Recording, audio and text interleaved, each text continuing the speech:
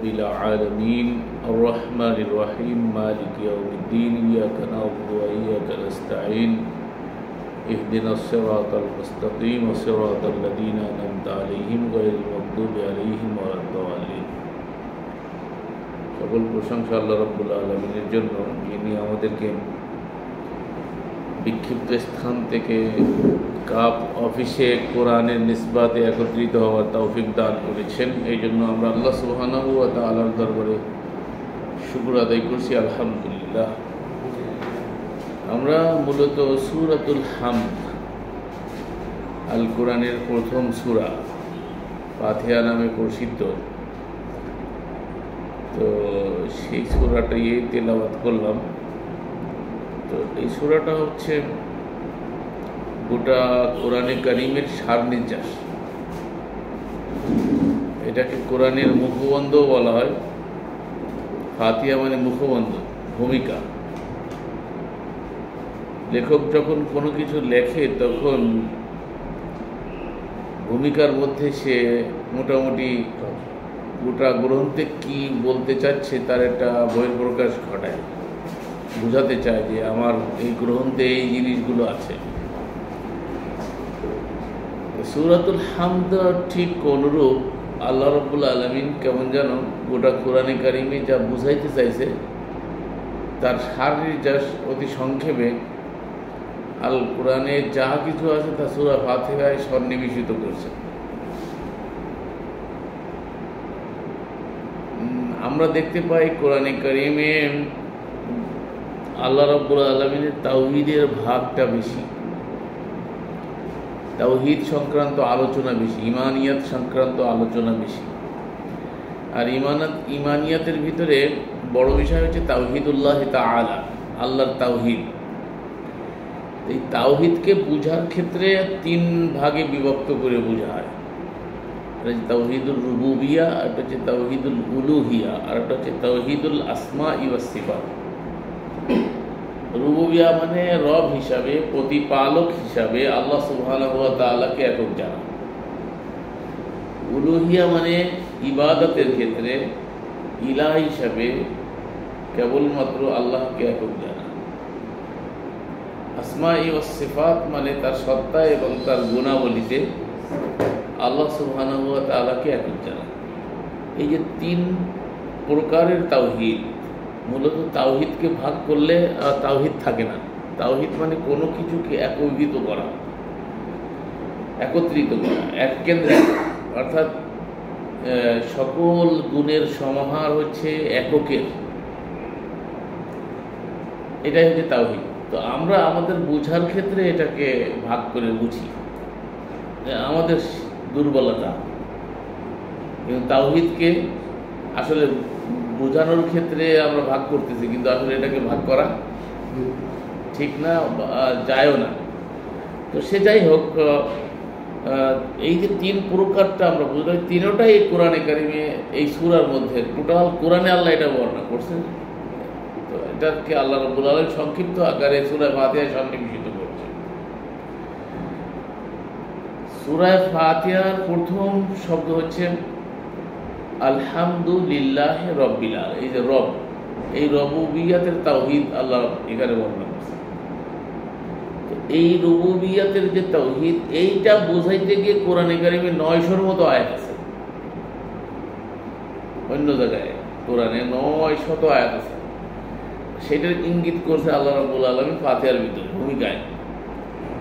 আলহামদুলিল্লাহি রাব্বিল আলামিন, সকল প্রশংসা তার জন্য, লিরাব্বিল আলামিন, যিনি জগৎ সমূহের রব, প্রতিপালক। তো প্রতিপালক হচ্ছেন তিনি, যিনি সৃষ্টি করে সৃষ্টিকে পূর্ণতায় পৌঁছে দেন, তিনি হচ্ছেন রব। এক কথায় যদি বোঝায় না, রবের কোনো প্রতিশব্দ নাই, এমনকি আরবিতেও বোঝানো যায় না। এই জন্য আল্লাহ সুবহানাহু ওয়া তাআলা কোরআনে 900 আয়াত ব্যবহার করছে। এই রবুবিয়াতের বিষয়টা এত গুরুত্ব বহন করে যে আসার আগে জিজ্ঞেস করছে, আলাস্তু বিরব্বিকুম, আমি কি তোমাদের রব নই? দুনিয়াতে এসে ভুলে না যায়, এই জন্য কোরআনে কারিমের প্রারম্ভতে আল্লাহ শুরুই করছে রব দিয়ে, আলহামদুলিল্লাহি রাব্বিল আলামিন। রেওয়ায়েতে বলা হয়েছে যে সর্বাগ্রে সূরা আল ৯৬ নম্বর সূরা আল আলাকের ৫টি আয়াত অবতীর্ণ হয়েছে, রিওয়ায়াত দ্বারা প্রমাণিত। তো সেখানেও আল্লাহ রাব্বুল আলামিন এই রবুবিয়াতের কথা প্রথমে তুলে ধরেছে, ইকরা বিসমি রাব্বিকাল্লাযী খালাক, পড়ো তোমার রবের নামে আল্লাযী খালাক, যিনি সৃষ্টি করেছেন। এখানে রবের একটা কোয়ালিটি পাওয়া গেল, সেটা হচ্ছে রব হতে হলে তাকে এক নম্বর স্রষ্টা হতে হবে। যিনি স্রষ্টা তিনি রব, তিনি প্রতিপালক, সৃষ্টি করে তিনি।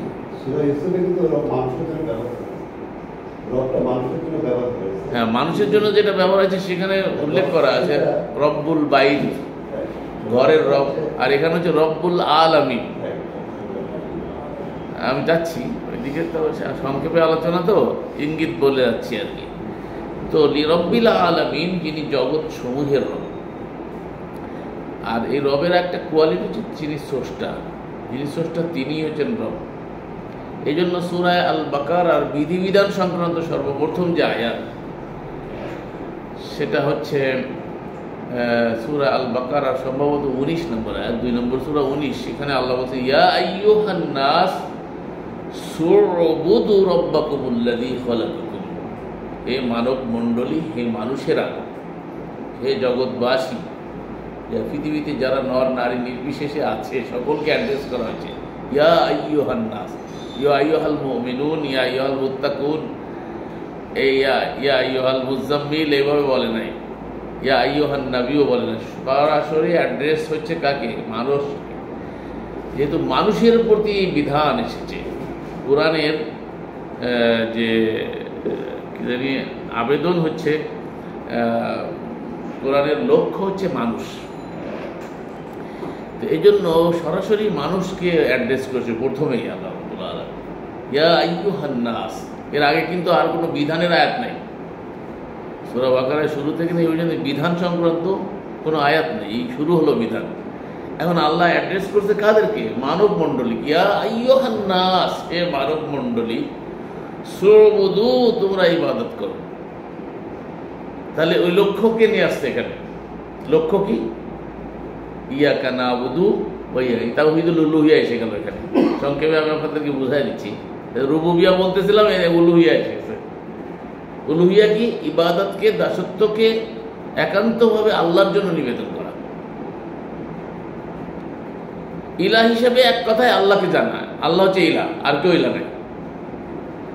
তো এই যে সু'বুদু রাব্বাকুমুল্লাযী খালাকাকুম, হে মানব মণ্ডলী, তোমরা সেই রবের ইবাদত করো, আল্লাযী খালাকাকুম, যিনি তোমাদেরকে সৃষ্টি করেছেন। শুধু তোমাদেরকে নয়, এবং তোমাদের কবলিকুম, তোমাদের পূর্বে যারা ছিল তাদেরকেও সৃষ্টি করেছেন। লাআল্লাকুম তাত্তাকুন, যাতে তোমরা কি হতে পারো? মুত্তাকি হতে, সংযমী হতে পারো, বেঁচে থাকতে পারো। কি দিয়ে বেঁচে থাকবে? যেটা নির্দেশ করেছে সেটা করা, আর যেটা নিষেধ করেছে সেটা থেকে বেঁচে থাকা।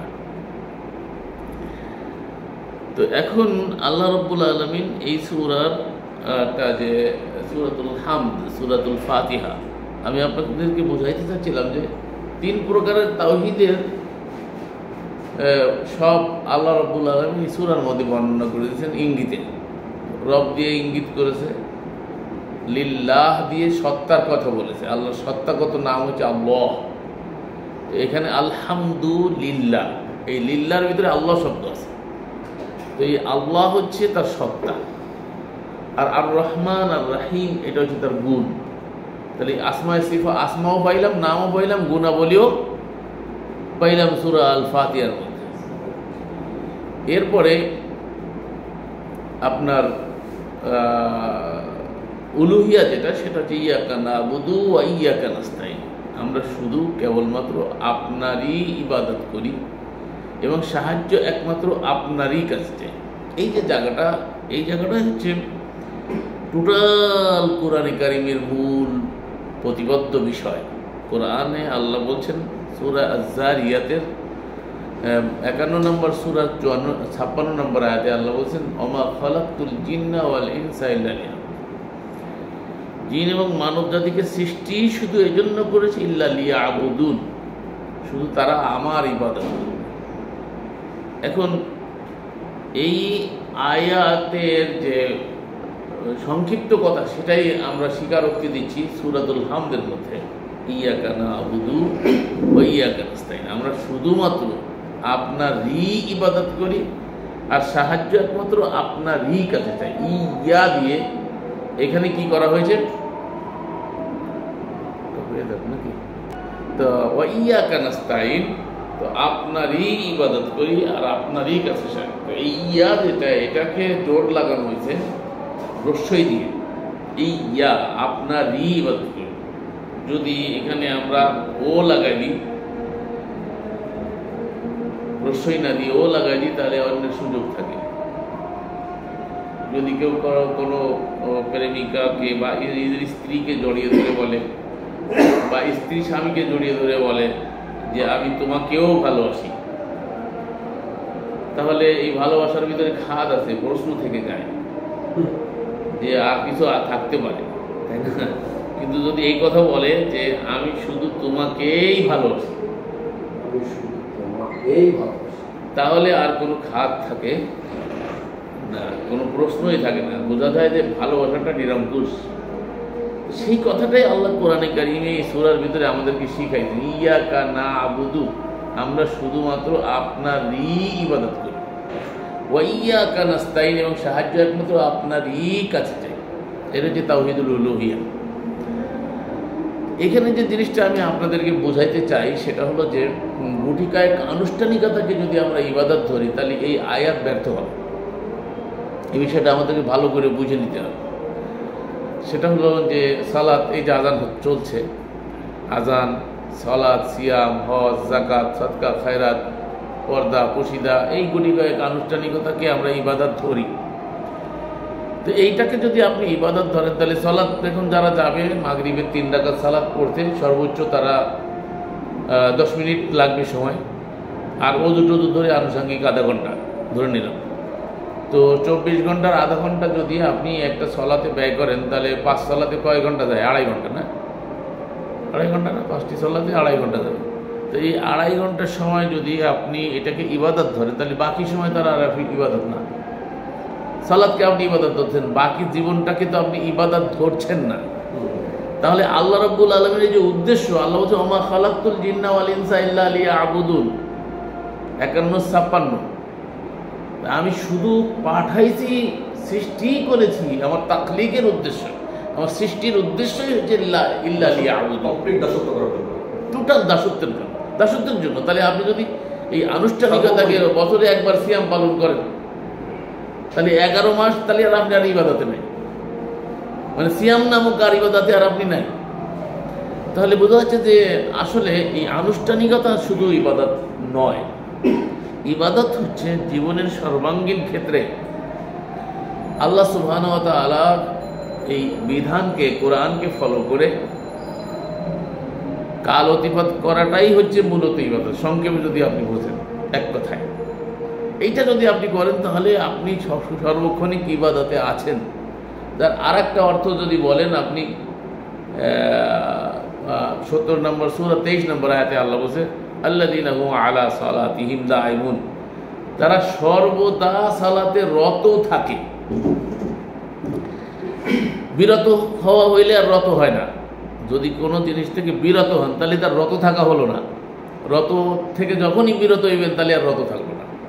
ওই শব্দটা অর্থ নিয়ে তো প্রশ্ন আছে, অনুবাদে তো তারা করতে পারে, দায়বিতে শব্দটা অর্থ তো তা না, সর্বদা প্রাণ, যে শব্দটা ওখানে আছে আর কি, দায়মুন, দায়মুন মানে অথবা রেগুলার ইন্টারভ্যাল, ওটা শব্দের অর্থ তো আপনি যদি মূল ডিকশনারি যায় অর্থ কিন্তু আপনি যেটা করছেন সেটা না এখানে। আচ্ছা, দায়ম মানে আমরা যেটা জানি সেটা হলো দায়ম মানে সদা, কায়েম মানে প্রতিষ্ঠিত, আর দায়ম মানে সদা সর্বদা।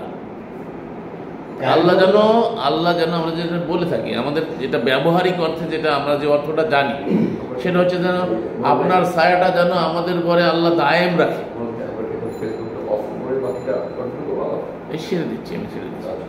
তো আল্লাহ যেন এটাকে দায়েম রাখে বা কায়েম রাখে। কায়েম মানে প্রতিষ্ঠিত থাকা, দায়েম মানে কায়েম প্রতিষ্ঠিত না, কায়েম কি আমার দাঁড়ানো, তার প্রতি স্থির থাকা, স্থির থাকাটাই কি প্রতিষ্ঠিত বলি আমরা। প্রতিষ্ঠিত দ্বন্দ্ব, প্রতিষ্ঠিত হতে পারে কিংবা স্টাবলিশ, ইংরেজিতে বলছে স্টাবলিশ, স্থাপন করা, যোগাযোগ স্থাপন। তো যাই হোক, এখন আমরা যেটা বলতেছিলাম সেটা হচ্ছে যে আমরা সর্বদা যদি ইবাদত না ধরি, মানে সর্ব সময়টা যদি ইবাদতের অন্তর্ভুক্ত না হয়, তাহলে আল্লাহর ওই আয়াত ব্যর্থ হয়। তাহলে আমরা এটা মূলত ফোকাসটা যেদিকে নিয়ে যেতে চাচ্ছি সেটা হলো আনুষ্ঠানিকতার সর্বস্ব কতগুলো জিনিসকে যদি ইবাদত ধরেন আর বাকি জীবনের কর্মকাণ্ড যদি ইবাদতের অন্তর্ভুক্ত না হয়, তাহলে আল্লাহর এই আয়াতটা ব্যর্থ হয়। আমি মূলত এটা বোঝাতে চাচ্ছি। ঠিক আছে, সার্বক্ষণিক সার্বক্ষণিক দাসত্ব মুক্ত জীবন হবে না, দাসত্ব মুক্ত জীবন হতে পারে না। আর এখানে আরেকটা জিনিস যদি আমরা কোরআন থেকে লক্ষ্য করি, সেটা হচ্ছে যদি কেউ দাসত্ব করতে নাও চায় তাও সে দাসত্বের অন্তর্ভুক্ত। সেটা আবার কেমনে? সেটা আল্লাহ আল্লাহু আসলামা মান ফিল আরদি তাওয়াক্কারহা, গোটা বিশ্ব ইচ্ছা অনিচ্ছা আল্লাহর নির্দেশ অনুবর্তী। আমি ইচ্ছা করে যদি চোখ দিয়ে আল্লাহ দেখার জন্য চোখ দিয়েছে আর কান দিয়ে শোনার জন্য দিয়েছে, আপনি বলেন যে আমি কান দিয়ে দেখবো চোখ দিয়ে শুনবো, তা তো সম্ভব না, তাই না? তাহলে বোঝা যাচ্ছে যে এইখানে আপনার বডির মধ্যেই আপনি যতই মুখে বলেন যে আমি আল্লাহ মানি না বা আল্লাহর হুকুম মানি না, তো আপনার ওয়াল বডির মধ্যে আল্লাহর নির্দেশনা চলছে। বেরিয়ে যাও, ইয়া মাশারাল জিন্নি ওয়াল ইনসি ইন ইসতাতাতুম আন তানফুযু মিন আখতারিস সামাওয়াতি ওয়াল আরদ ফানফুযু লা তানফুযু ইল্লা বিসুলতান। তাহলে কোনো রাজ্য নাই, কোনো জায়গা নাই এটা ছাড়া, সব সাম্রাজ্যের মালিক, একচ্ছত্র মালিক হচ্ছেন তিনি। অর্থাৎ বের হয়ে যাওয়ার কোনো উপায় আমাদের নাই। তাহলে আমরা একদিক থেকে আমরা কিন্তু স্বাধীন না, যদি বেরোতে পারছি না, কিন্তু আমরা অস্বীকার করি, অস্বীকার করি, এইটা হচ্ছে মূল কথা। এইটা মেনে নিই না আমরা, অস্বীকার। তাহলে আমরা যেটা বুঝলাম এই আয়াতের আলোকে, সেটা হলো যে আমাদের জীবনের সর্বাঙ্গীন ক্ষেত্রটা ইবাদত হতে হবে। তা হতে গেলে কি হবে? সেটা যার ইবাদত করবেন তার নির্দেশ ফলো করে চলতে হয়, যার দাসত্ব করবেন তার দাস হইতে হয়, তাকে মেনে চলতে হয়। মেনে চলতে গেলে তার আইন ও কানুন থাকে, তার বিধান থাকে। তো এখন আমরা যদি আল্লাহর দাস হই, তাহলে সর্বক্ষণিক এই বিধান মেনে চলতে হবে, এক কথায়। তাহলে এর বাইরে আপনার জীবনযাপন হইলে আল্লাহর দাস থাকবেন, দাস আপনি হবেন। মনে রাখবেন, আপনি দাস আছেন, দাসত্বের শৃঙ্খল থেকে আপনি বেরোতে পারবেন না। অবাধ্য দাস নয়, আল্লাহর হবেন না শয়তানের হবেন, রাস্তা দুটো। হয় আল্লাহর দাস হবেন না শয়তানের হবেন। আল্লাহ এই জন্যই কোরআনে বলছি, ইয়া আইয়ুহাল্লাযীনা, কি জানি কোরআনে সূরা ইয়াসিনেই বলছে যে আমি তো তোমাদেরকে বলিনি যে শয়তানের ইবাদত করিও না, ওয়া আনিবুদুনি হাদা সিরাতুল মুস্তাকিম, আমার ইবাদত করো। আগে বলছে শয়তানের ইবাদত করিও না, পরে যে ওয়া আনিবুদুনি হাদা সিরাতুল মুস্তাকিম, আমার ইবাদত করো, হাদা সিরাতুল মুস্তাকিম, এটা সরল কথা। তাহলে ইয়া বানি আদম আল্লাহ তা'বুদুশ শাইতান, আয়াত মনে পড়ছে, ইয়া বানি আদম আল্লাহ তা'বুদুশ শাইতান, তোমরা তা'বুদু ইবাদত করিও না। এখানে ইবাদত শব্দ আছে, তাহলে এইখানে শয়তানের ইবাদত বলতে কি বোঝায়? ইবাদত বলতে এখানে আনুগত্য বোঝায়। ইবাদত বলে শয়তানের সামনে কেউ বুড়ে পড়ে না, হ্যাঁ, কথা খেয়াল করতে হবে। শয়তানের সামনে কেউ রুকুও করে না। হ্যাঁ, এই বিষয়টা খুব সূক্ষ্ম বিষয়গুলো আমরা অনেকে জানি না।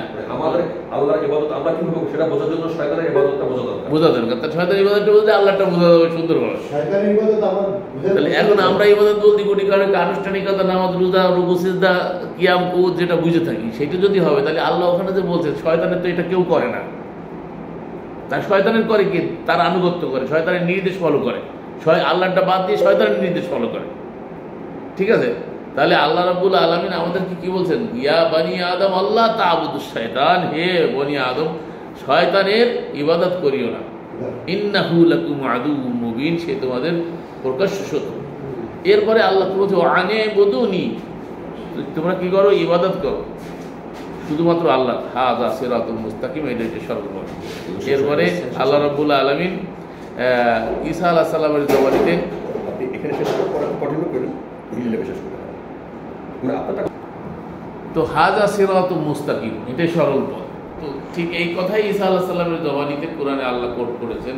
ঈসা বলছেন তার অনুসারীদেরকে, ইন্নাল্লাহা রাব্বি ওয়া রাব্বুকুম ফা'বুদুহু হাযা সিরাতুল মুস্তাকিম, এখানে সব তাওহীদগুলো প্রায় একীভূত করে দিচ্ছে।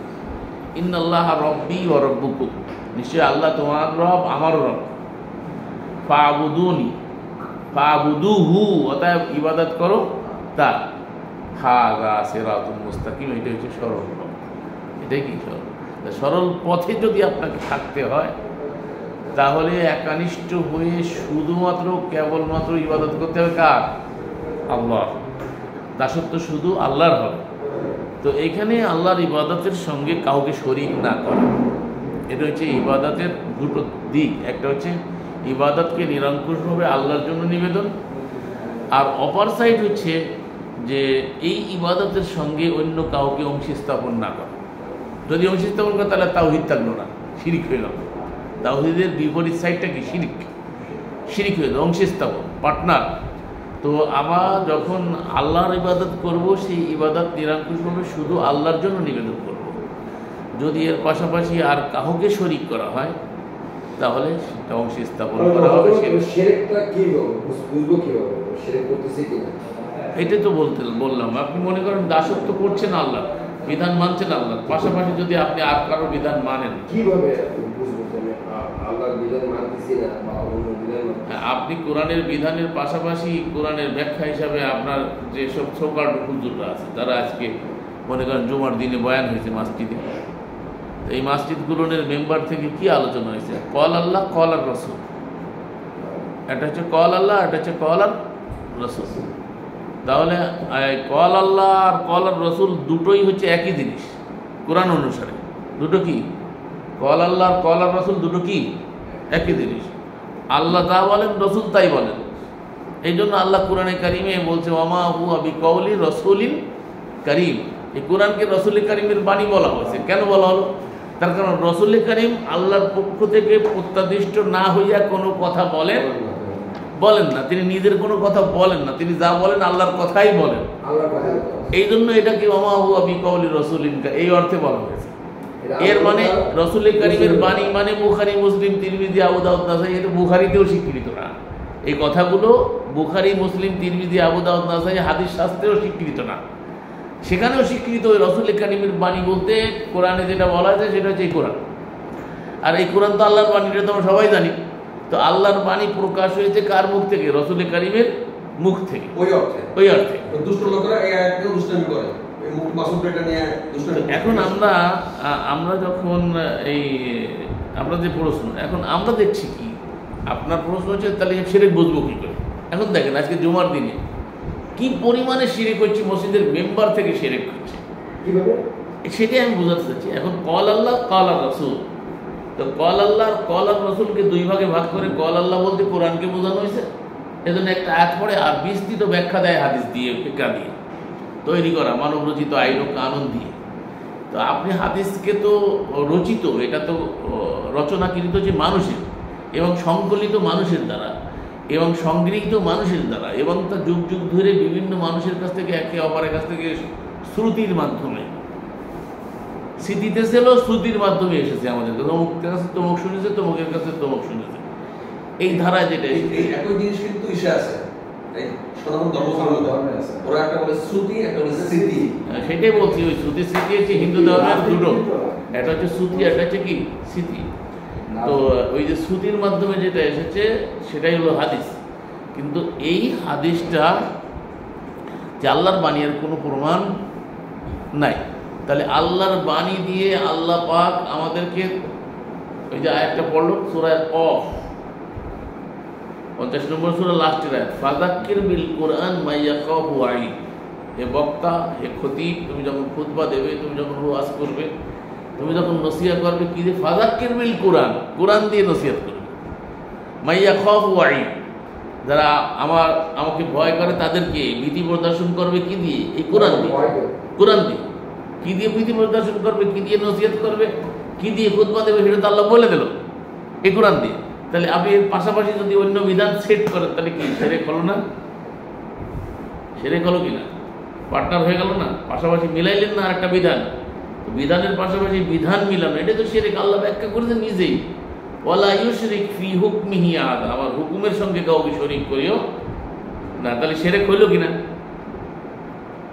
সেরেক চিনতে পারতেছে না, বুঝতে পারছে না। জুমার মসজিদে বসে, একবার মসজিদে বসে আমরা সেরেক করতেছি, বুঝতেছি না। আল্লাহ আন্নাল মাসাজিদা লিল্লাহ, এই মাসাজিদ সমূহ লিল্লাহ, শুধু আল্লাহর জন্য।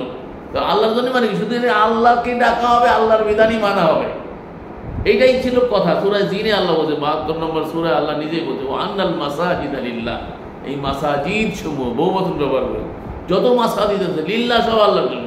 তো ওখানে কি আল্লাহর কথা হচ্ছে? আল্লাহর আইন চলছে মসজিদে, আল্লাহর আইনের কথা বললে আপনারা বের করে দেবে। আপনি এক সাইডে কোরআন, এই যে আমরা এখানে ঘরের মধ্যে কেন কোরআন, আমরা কেন মসজিদে বাইরে না? উনি তো অনেকদিন যাবত মসজিদে বলেছে, আমিও তো মসজিদে অনেকদিন বলেছি। এখন মসজিদে আমরা থাকতে পারছি না, মাসাজিদে এখন মাসাজিদ সমূহ এখন কোরআন মুক্ত, কোরআন যুক্ত মাসাজিদ আপনি পাবেন না, শুধু কোরআন নিয়ে। হ্যাঁ, কোরআনের কিছু কথা বলবে, সুবিধা মতো আয়াতগুলো, যেটা তাদের প্রয়োজন, যেটা বললে কোনো সমস্যা নেই। আপনি বলেন সূরা ফাতিহার তাফসীরে যদি আসেন ইয়াকা না'বুদু ওয়া ইয়াকা নাস্তাঈন, আমরা আপনার ইবাদত করি, আপনার কাছে সাহায্য চাই, তাহলে এখানে ইবাদতের মূল শর্ত হচ্ছে তাগুত বর্জন করে আল্লাহর বিশ্বাস। তাগুত বিরোধী কথা এই যাবৎ এই 16 বছরে তো বলাই যায়নি। প্রশাসন পর্যন্ত জানতো তাগুত কি জিনিস, তার কারণ এই আলেম ওলামাদেরকে ধরে নিয়ে ওরা এগুলো শিখে ফেলাইছে। তারা এইগুলো নিয়ে তো ওদের সাথে ইয়ে হয়েছে। আমাকেও তো ধরে নিয়ে গেছিলো 62 জন সহ, ঈদের সালাত পড়াইতে আসলাম ওখান থেকে, আমাদেরকে ধানমন্ডি থেকে একবার পুরা এই টিভি হারুন সাহেবের টিভি সেন্টারে নিয়ে গেল আমাদের। কত সালে? এই যে 2-3 বছর আগে নিয়ে জিজ্ঞাসাবাদ করলো, পরে আগের দিন ঈদ করছি। প্লাস পয়েন্টটা এটা ছিল, ওর মধ্যে কোনো সন্দেহবাদন ছিল মূলত, সেই জন্য আমাদের পুরা ওই ঈদের সালাত পড়ে খাবারের ব্যবস্থাপনা ছিল এক ভাষায় ধানমন্ডিতে। তো ওইখানে আমরা খেতে গেছি, তখন খাবার আসবে ইতিমধ্যেই শোনা গেছে 10-12টা গাড়ি সেট, আর আমাদেরকে সব ধরে ধরে 62 জনের মতো সবাইকে নিয়ে গেল। হয়তো কোনো সন্দেহবাদন কেউ ছিল। যাই হোক, তাহলে আমাদের একটা প্লাস পয়েন্ট ছিল এখানে। 1 নম্বর প্লাস পয়েন্ট ছিল যে ওরা পরের দিন ঈদ করে, আর আমরা তো আগের দিন ঈদ করে ফেলেছি। আর এই টিভি সেন্টারে যত আছে সব ঈদের ছুটিতে যাবে, এই সময় আমাদেরকে ধরে নিয়ে ওদের একটা বিপাকে পড়ে গেছে। আর 2 নম্বর হচ্ছে ওখানে আমাদের যারা ছিল তাদেরকে জিজ্ঞেস করে কোন দল করে, জামাত শিবির বা জঙ্গি, কোনো কিছুর সাথে কোনো সম্পর্ক, আমার কোনো দলই নেই, আমাদের দিনের নাম ইসলাম, আমরা মুসলিম, এইটাই তো শিখাইছি আমাদের যারা আছে। আমি মূলত এই থিমে বিশ্বাসী, আমাদের দলের নাম ইসলাম, আমরা মুসলিম, এর বাইরে আর আমাদের কোনো পরিচয় নেই। কারণ প্রত্যেকের কাছ থেকে কিন্তু একই জিনিস পাইছি। হ্যাঁ, এরপরে সেই জিজ্ঞাসাবাদ করে টোরে দেখছে যে না, এদের মধ্যে 2-4 জন যাদের সন্দেহ ছিল তাদেরকে রেখে ছেড়ে দিচ্ছে। হ্যাঁ, মতির ছিল না, সেদিন ছিলাম আমি। তো এখন আমরা শেষ করি। এখানে যেটা বলতেছিলাম ইয়াকা না'বুদু ওয়া ইয়াকা নাস্তাঈন, এখানে আপনাকে তাগুত বর্জন করতে হবে। মানে ইবুদুল্লাহ ওয়া ইজতানিবুত তাগুত। সকল নবীদের 33-36 হচ্ছে আল্লাহ বলছেন ওয়ালাকাদ বা'আসনা ফী কুল্লি উম্মাতির রাসূলা, আমি এমন কোনো রসুল প্রেরণ করিনি তাদেরকে সকলকে এই কথা বলছে আনে ইবুদুল্লাহ, ইবাদত করবে আল্লাহ, ওয়া ইজতানিবুত তাগুত, তাগুত পরিহার করে। তাহলে ইবাদতের পূর্ব শর্ত হচ্ছে তাগুত পরিহার করা। ইয়াকফুর বিত তাগুত না হলে ইউমিন বিল্লাহ হয় না। আগে তাগুতকে অস্বীকার হয়, আল্লাহতে বিশ্বাস স্থাপন করা। এখন এই কথা আপনি যদি মসজিদে করেন, তাহলে মসজিদ তো তাগুত বেষ্টিত হয়, মসজিদের কমিটিগুলো তাগুত বেষ্টিত। মসজিদের সমস্ত তাগুতিরাই টাকা পয়সা বেশি দেয়, যারা টাকা পয়সা বেশি দেয় তারাই মসজিদ কমিটির দায়িত্বশীল হয়। তাহলে আপনি ওখানে আল্লাহর কথা বলবেন কী করে? তো মাসাজিদগুলো নিয়ে এখন আল্লাহর কথা বলা যায় না, কোরআনের কথা বলা যায় না, ইল্লা মাশা আল্লাহ। এখন কি সিচুয়েশন তৈরি হয় আল্লাহ আলাম, জানি না। কিন্তু এই বিগত এত বছর পর্যন্ত আমরা কিন্তু কোরআনের কথাগুলো মাসাজিদগুলো নিয়ে বলতে পারি। আর একটা বিষয় হচ্ছে তাগুতি গ্রন্থ মসজিদের মেম্বারে শোভা পাচ্ছে এখন, সেটা হচ্ছে বেহেশতি জেওর, তারপরে মাসাইলের কিতাব বেহেশতি জেওর, আর ফাজাইলের কিতাব ফাজাইলে আমল, ফাজাইলে সাদাকাত, এইগুলোই এখন মসজিদের মেম্বারে শোভা পায়। ইমাম সাহেবরা এই কিতাবগুলো পড়ে, এখানে গাল গল্প আর কিচ্ছা কাহিনী দিয়ে ভরা। কিন্তু আল্লাহ পাকের নির্দেশ যে 12 চাঁদের খুতবা পড়তে তো আল্লাহ বলে নাই, আল্লাহ তো খুতবাই কোরআন থেকে দিতে বলছেন। 50 নম্বর সূরার লাস্টের আয়াত 50-45, ফাযাক্কির বিল কুরআন মান ইয়াখাফু ওয়াঈদ। এ বক্তা তুমি বক্তব্য দেবে, খতিব তুমি খুতবা দেবে, এ ওয়াইজ তুমি ওয়াজ করবে কি দিয়ে? বিল কুরআন, কোরআন দিয়ে। মান ইয়াখাফু ওয়াঈদ, যারা আল্লাহকে ভয় করে তাদেরকে এই কোরআন দিয়ে নসিহত করতে বলছে। তার নসিহতের কিতাব, খুতবার কিতাব, ওয়াজের কিতাব হচ্ছে আল কোরআন। কিন্তু আমরা এটাকে বেমালুম ভুলিয়ে দেওয়া হয়েছে মানব রচিত গ্রন্থ দিয়ে। আর ইসলামের নামে যেগুলো আজকে চর্চিত হচ্ছে সমাজে, এর একটি বিষয়ের প্রতি আল্লাহ রাব্বুল আলামিনের কোনো নির্দেশনা নাই। তো যখন আপনি আল্লাহর বিধানের পাশাপাশি এই বিধানগুলোকে দাঁড় করাচ্ছেন, তখনই তো শিরক হয়ে যাচ্ছে। আর শিরিক করলে আল্লাহ তার অপরাধ ক্ষমা করবেন, অমার্জনীয় অপরাধ। আর শিরিক করলে আর ইবাদত থাকে না, ইবাদতকে নিরঙ্কুশভাবে আল্লাহর জন্য নিবেদন করতে হয়।